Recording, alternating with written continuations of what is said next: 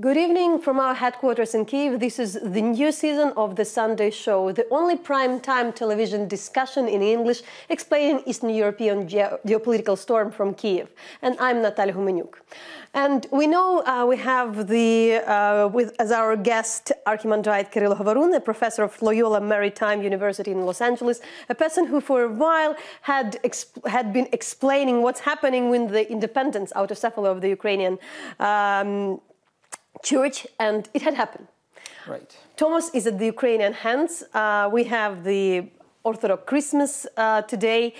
And so, first of all, happy holidays. So to you. And also to our guest. And I think that was like the culmination of everything which was happening within the last couple of months. So for us, it's very interesting, and also for our audience, finally to really explain in the details what had happened. Right. You know, maybe you'll give us the understanding what it means historically for the country, for the church, for the Orthodox Church overall. Right. Well, it has to do primarily with the structure of the Orthodox or Eastern churches. Unlike the structure of the Catholic Church, which is highly centralized and which has a kind of pyramidal structure with the Pope on the top of the church, the Eastern churches are divided into local churches. They constitute a kind of commonwealth of independent churches. It is quite similar to the British Commonwealth, if you want, with the independent states constituting a communion of states who collaborate with one another. In a similar sense, the Orthodox churches are independent churches, independent units.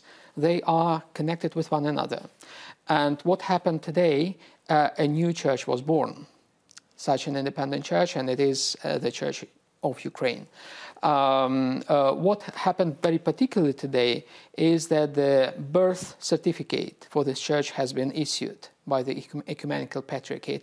We call in our language, we call this birth certificate the Tomos, which is a Greek word meaning just a document. It's a document that certifies, that confirms that this church is legal, canonical, it does exist, and it should be received and recognized by other churches. But the people who are watching our program, they are more into the geopolitics. And definitely, there is no doubt that people are looking on what had happened in terms of the what's happening in Eastern Europe, what's happening between Russia and Ukraine, in terms of the conflict, in terms of this existence of different churches. And of course, they would like to understand what impact it had had, because it's strange to say that it didn't have, because of course there is the war between the countries. Of course there was a long process of different churches, some misunderstanding for especially a foreign audience of what's going on here. Exactly. Yes, you're right. This happening, this event is an answer, is a response to the challenge, to the issue of the Russian aggression against Ukraine. And even though the process of the fight, the struggle of the Ukrainian Church for its independence has been going on since the beginning of the 20th century, essentially, when the Ukrainian Republic was established in 1917. It was greatly accelerated by the Russian aggression in 2014. Because, unfortunately, the Kremlin instrumentalized the Orthodox Church for its own purposes, geopolitical, political, and military purposes. The response of the Ukrainian state and the Ukrainian society to this instrumentalization of the church by the Kremlin was to enforce and to strengthen the struggle for the independence of the church. And I wouldn't say that this is an achievement of the Ukrainian state. It would be wrong. It would be a misrepresentation of the events. The Ukrainian state just facilitated or helped the Ukrainian believers, the Ukrainian society to achieve this goal. Therefore, I would put it in terms, in terms of traditional theological terms. We have this word synergy, cooperation between the body of the church, the people, the faithful in the church, and the Ukrainian state who work together towards getting independence for the Ukrainian church. For the Ukrainian state, it was obviously a response to the Russian aggression. For the church, it was a way to heal the split, the division, what we call the schism within the Orthodox Church. And it was a kind of a nice combination of two goals that contributed to this common goal. You mentioned this term, healing the division. However, of course, in the political, maybe it's, it's temporary. We speak about something more universal as the church, as the religion. However, these days people are speaking. Would it, enforce more splits? Because, of course, we still have the issue with the Moscow Patriarchy in Ukraine, and for instance, there are the concerns that they would be in a bigger position. They would be more like any force which kind of pressured to be the something which is not fully legitimate, that there could be a maybe more stronger position, and there could be some religion conflict which hadn't been really in Ukraine, despite all what was happening here for the last 25 years. Right. Yes, you're right. Certainly, there is a potential for further splits within the Ukrainian society, in the Ukrainian among the Ukrainian believers as a result of this step. But it is still just a potential. It's very much up to the churches, to the Ukrainian churches, to be conscious and to be aware of their task and to be really willing to cooperate with one another. Therefore, on the one hand, a great split has been overcome, has been healed. The schism that existed within the Ukrainian Orthodoxy, when one of the churches, or two actually of the Ukrainian churches, the so-called Kyiv Patriarchate and the Ukrainian Autocephaly Church, which were not recognized by other churches, they have joined together, and they've constituted a new church. They've established a new church together with the participation from the Church of the Moscow Patriarchate, and that schism is over. It has been overcome. Now, there are, instead of 3 churches, we have 2 churches, which is already good. Well, this reduction of numbers of the churches is already good. So we have a reduction of 3 churches to 2 churches. And now those 2 churches have to find a new modus vivendi with one another, a peaceful one, a way of coexistence which would encourage them to respect one another, which is not an easy task, because already the Church of the Moscow Patriarchate has declared that it would not recognize the newly established church.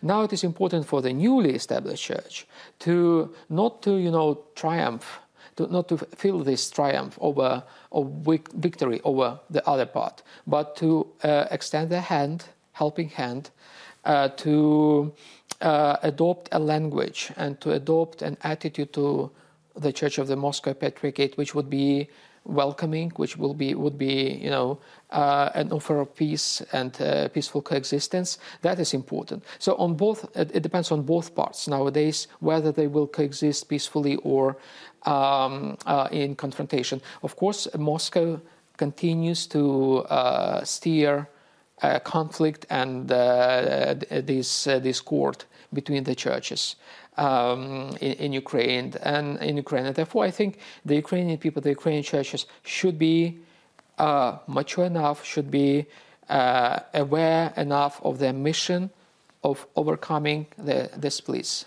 You said should be mature enough. Are they mature enough? What do we feel already with this, what we feel in the air? Well, I have mixed feelings about that, to be honest.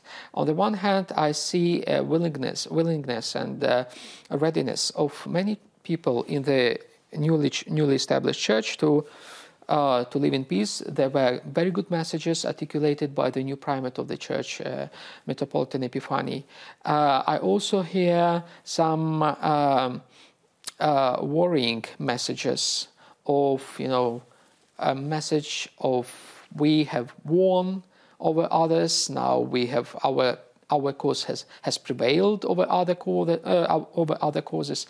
Like, for instance, I heard this from former Patriarch Philaret, who used to be the primate of the Kyiv Patriarchate. And those kind of messages are a bit worrying for me. Therefore, I think within the new church, we will hear many voices, both peaceful and more like waging wars and, revenge or whatever. I think we must avoid this kind of messages and voices. In our publications, we explain many times how the whole process will happen with the parishes, right. How the parishes will move to the new Orthodox Church of Ukraine. But can you also elaborate more on that? What to expect? How fast it can happen? Because also there were just a very few bishops from the former Moscow Patriarchy who moved to a new church. There were just a few out of 90. Right, that's true. Well, to my understanding, to my knowledge, some of the bishops from the Moscow Patriarchate planned to join the new church after the Tomos would be signed, after today. Actually. Okay. So we'll see what will happen with their intention, whether they will want to carry out their intention. Another thing is the communities. Indeed, all the weight of making decision about their affiliation is given to communities, not so much to the bishops. And the communities, the people will decide whether they will want to stay in the Moscow Patriarchate or they will want to join the new church. So it will not be a kind of, a process when huge blocks of the Moscow Patriarchate would join the new church. It will be more like, small stones from the Moscow Patriarchate will move to another construction. Therefore, it will be a slow, probably, maybe not so much a centralized process. It will depend very much on the laws, because, as you probably know, there is a draft of a law which is still pending in the parliament, which will regulate in a more precise way how the communities could move from one church to another church. So the process of changing the affiliation of the communities will depend very much on that law, on its implementation, and on the way how the state will enforce order and will protect the choice of the communities. Because one thing is when the state would, say, encourage or interfere in the church matters and would, force maybe communities to join the new church, which would be wrong.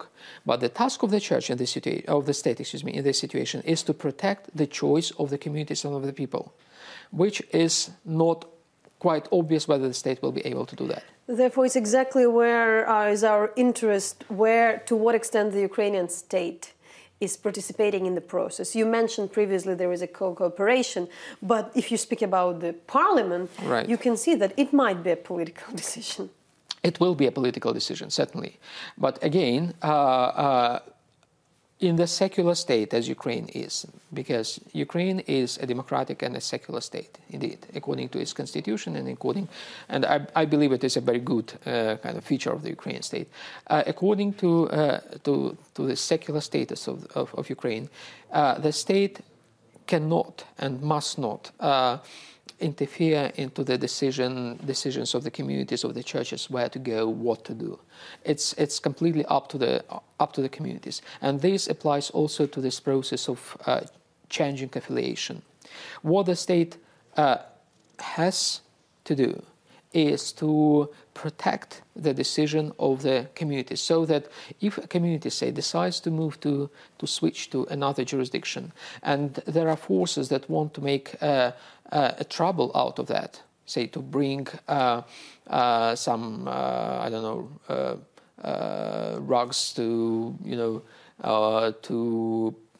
interfere, to beat people or to force people to change their mind, the state must protect the people of the community and must prevent these outbursts of violence.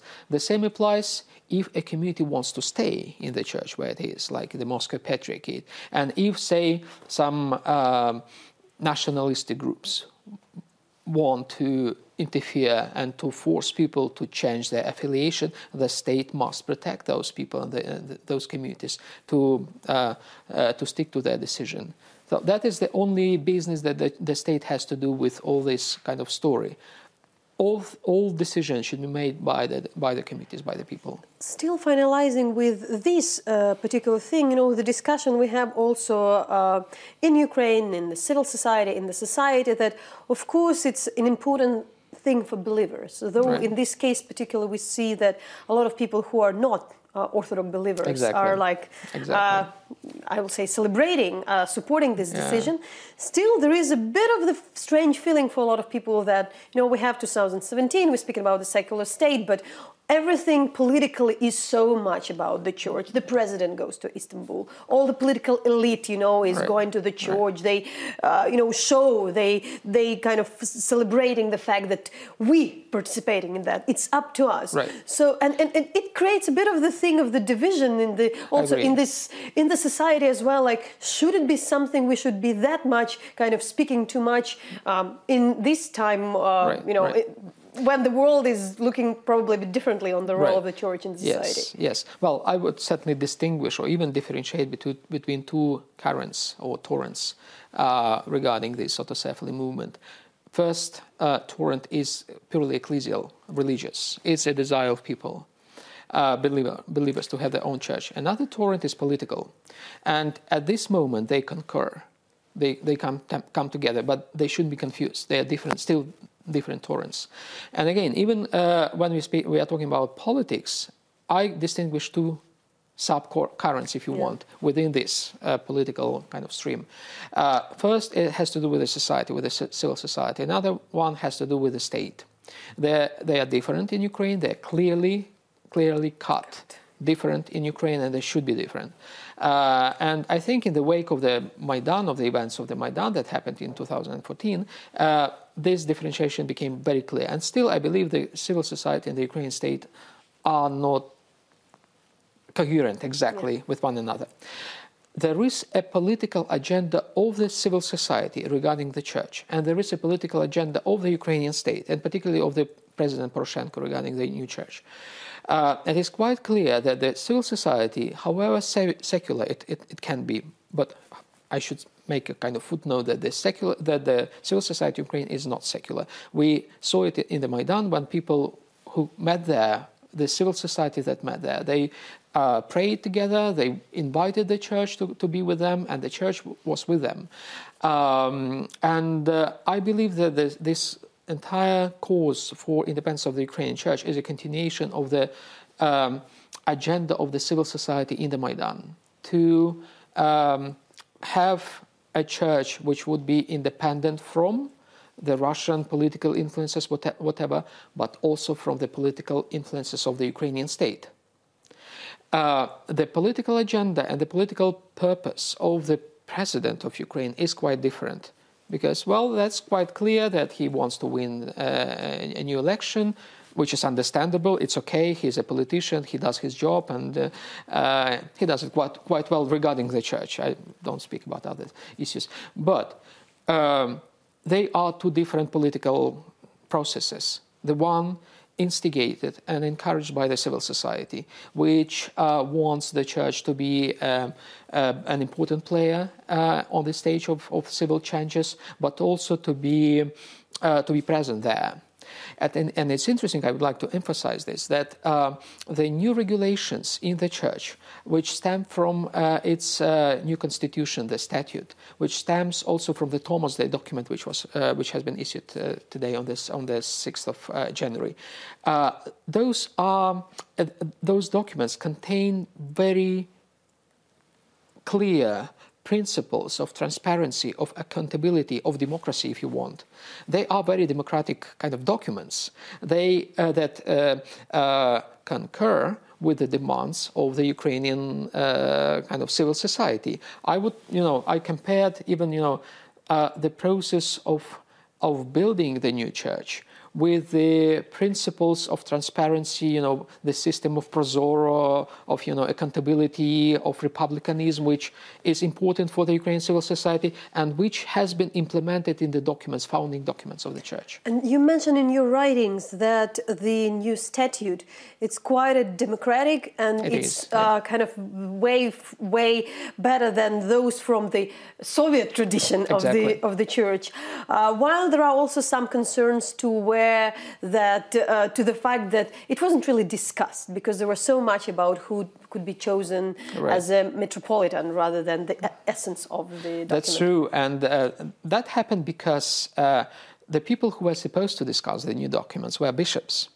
And I would say that the bishops from all churches that contributed, who participate in the council, they were not quite aware, and they were not really willing to, they didn't even understand the importance of those documents. However, the faithful, the lay people, were aware and participated very actively in the discussions and so forth. And I believe that in the new church, the participation of lay people, not just of hierarchs, of bishops and so forth, will be important. And this will be a new kind of feature of the new church as a response to the demands of the civil society, the token of coherence between the new church and the civil society. That is another thing, an important thing that will make this church a part of this process of social transformations in the Ukrainian society. The new church, I hope, it has a potential to contribute to the positive transformations in the Ukrainian society under the condition that the lay people, members of the church, who are also members of the civil society in Ukraine, will be given an opportunity, a chance to participate in it. So my further discussion I would like to raise, it's on the Russian Orthodox Church today. What has changed for the Russian Orthodox Church, and what should we follow? Of course, there are this official announcement, that they deny, don't recognize this new church, but it's a big country. It also has a lot of Ukrainians among their bishops. Yeah. And we're really curious, what's happening in the cathedrals there? What's happening during the services? Because so far it wasn't really clear. There was just official statements. And still, this is the huge church. So what changed? Well, because it is huge, it is very diverse, and many things happen there. First of all, that is the church which has become ultimately centralized and hierarchized, as it were. Because the Ukrainian process is just the opposite. It's a process, the process of creation of the Ukrainian church is a process of emancipation, effectively. The process of larger involvement of lay people to the work, to the life of the church, a process of democratization, if you allow me to say, to apply this kind of political term to the ecclesial realities. It finds a lot of sympathy among many in Russia, and I receive kind of feedbacks from priests and lay people from Russia. They say, "We are with you. We are really happy about what is happening in the case of Ukraine." Of course, they are worried, and some of them, and I'm personally worried, if this process of emancipation will end up in the process of nation building, encouraging and enforcing nationalist movement and nationalist groups, not really the civil, the groups that foster the civil changes. At the same time, of course, for many people in Russia who have been affected by this megalomaniac imperial idea, it is a great loss. It's another geopolitical catastrophe, similar to the one when the Soviet Union collapsed. They leave this process as their personal tragedy, which is, for me, it's just a destruction of delusions. Because this megalomania and imperial ideas about the church, they are delusional, and those delusions have received a huge blow with the process. They can suffer this as their trauma, kind of trauma and can retaliate. Probably Ukraine will want to retaliate Ukraine for that. But the healthy way to deal with this trauma is just to overcome it and to understand, realize that the Russian society, the Russian church loses nothing. It's a chance, an opportunity for the Russian church to receive remedy against this imperial ideology, to become church again, to return to Christian principles, ideas. If the Russian church, if the Russian people who are members of the Russian church comply with the idea that Ukraine is gone, it's not anymore there. The Russian imperial idea has suffered a huge blow, and they will accept this. This is a way for them to understand that the church is not about empire. The church is about Christ. The church is about love. The church is about compassion, and that is the way to find the kind of way of peace and of healthy thinking. But can we discuss any kind of a domino effect? I used to talk to a Belarusian journalist recently who really looking very clearly at what's happening in Ukraine and looking like would ever the Belarus church would have its autocephaly or things like that. So what this process can trigger? Speaking technically, judging from the way how autocephaly was granted to the Ukrainian church, the same premises for granting autocephaly to the Ukrainian church opened the doors for the church in Belarus to do the same. In case they will want to do that. So the door is open for them. Now it's completely up to them whether they want to use this opening, enter this door, and become independent. The situation in Belarus is quite different because first there is no much a civil society as it is in Ukraine. And as I said, in Ukraine, the very existence of the civil society contributed largely to establishing a new church. And second, there are no many faithful people who would want to have an independent church in Belarus. Probably the political changes in Belarus will contribute one day to if they happen. To this to happen. But so far, I don't see preconditions, political and social preconditions for that to happen. And can you also explain us what's happening with other Orthodox churches? You explained in the very beginning that there is the Commonwealth. However, there were concerns that, for instance, like Serbian church would probably won't recognize a new Ukrainian church because of the influence of the Russian church. And as well, there were no positive signs from the churches, let's say from Georgia.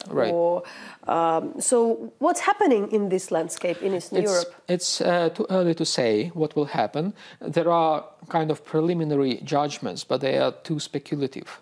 I'm afraid, and I would not make my own judgments at this stage because the motivation for those churches is very complicated. Like, for instance, even if you take the churches which are traditionally kind of in the Russian orbit, like the Serbian church, for instance, or the Church of Antioch, it's not given that they will object the Ukrainian autocephaly. The process has only begun. It has begun since actually today, since the 6th of January. Only after the 6th of January, when the Tomos was granted to the Ukrainian Church, the process of recognition will formally start. It was impossible before the Tomos was granted. The first church that has recognized the new church is the Ecumenical Patriarchate, and of course several churches will follow the Ecumenical Patriarchate almost automatically. Other churches will deliberate, will discuss it, but again they will discuss on multiple grounds and multiple premises. Like, for instance, the Serbian church. Yes, politically it is kind of affiliated with the Russian church. But at the same time, it's interesting that the Serbian church itself received its autocephaly on the same premises that the Ukrainian church has. Therefore, by denying the Ukrainian church, the Serbian, the Polish church would effectively deny themselves. And it's Not everyone in those churches would agree to do that. Therefore, let us wait for the discussions within those churches. It will be a collective discussion in the synods, the collective kind of gatherings of those churches, and they will come up with their decisions. I think that there will be no kind of definite, clear-cut objections and negations of the Ukrainian church from any church. There will be some reservations, of course, expressed by those churches. We'll see to what degree those reservations will be severe or just, just formal. And gradually, I believe, the churches will recognize the new church. It will depend very much on the Ukrainian church itself, how much it will show its openness and integrity and inclusiveness and so forth, because this will matter. The churches who will want to recognize the new church will look at whether the new church, the Ukrainian church, is just nationalistic, just corroborates, this right-wing populism and so forth, or it is really ideologically neutral. It is a bit beyond politics, not maybe a bit, but sufficiently beyond politics, and whether it is open enough to minorities within Ukraine, something that the Ecumenical Patriarch has stressed very kind of consistently, that the new church should be very inclusive, should really embrace everyone on the Ukrainian soil. And the role of the Patriarch Bartholomew. We've been discussing also a lot that a lot depended on him. Right. And though it is a religious issue, still, a lot happened because there was his political will, let's say, to grant this autocephaly, and it depends also on his relations with the Russian Patriarch. Correct. So what would you say? And yes, certainly. I would say that his role, his decision was the most decisive one. Even more important than the role of the Ukrainian president, if you want. He has chosen a very safe strategy or path towards Ukrainian independence. It has consistently and effectively avoided, political motivations and engagements. He tried to demonstrate his political neutrality. Well, the way he has chosen for the Ecumenical Patriarchy to help the Ukrainian Church to be established is the way of the canons of the Church, the internal regulations of the Church. Therefore, he was sometimes, fanatically sticking to the canons of the Church, to the upset of many. And then I believe that was the safe way, exactly, because this has helped him, and this will help him to avoid accusations of being politically motivated or, to have any sort of interest, material interest. He has been accused, of corruption and so forth, which the accusation he has, he was joking. In fact, he was joking about exactly because it was a joke. And exactly to avoid all sorts of accusations, he chose the way of the canons of the Church. I should stress that the Moscow Patriarchate has accused the Ecumenical Patriarchate. The Ukrainian Church of the Moscow Patriarchate has denied the right for the new church to exist on the premises that they are not canonical. And this is wrong, because exactly to rebuke this kind of objection, this kind of refutation, the Ecumenical Patriarchate enforced this canonical aspect of the story and has built effectively the Ukrainian Church on the basis of the canons of the Church. And he has played certainly a very decisive role. He has chosen very ecclesiastically correct ways to deal with this issue, and so far he has succeeded. So, Kirill, thanks a lot for extremely informative discussion. And what I understand, that it's just the beginning. So the Tomos had been granted, but it's just the start. Not just that; it is a beginning of the beginning. That would be also good to say. So, Archimandrite Cyril Hovorun, who is a professor at Loyola Maritime University at Los Angeles, and also one of the best experts on explaining what's happening to the Orthodox churches to the general public here in our studio. So thanks a lot. I'll also remind everybody that there are way more information on our webpage en.hromadske.ua. There are articles, explainers. You can also go to our Twitter and Facebook, search Hromadske International, where you can be updated 24/7. With that, I leave you and see you next week, and happy holidays.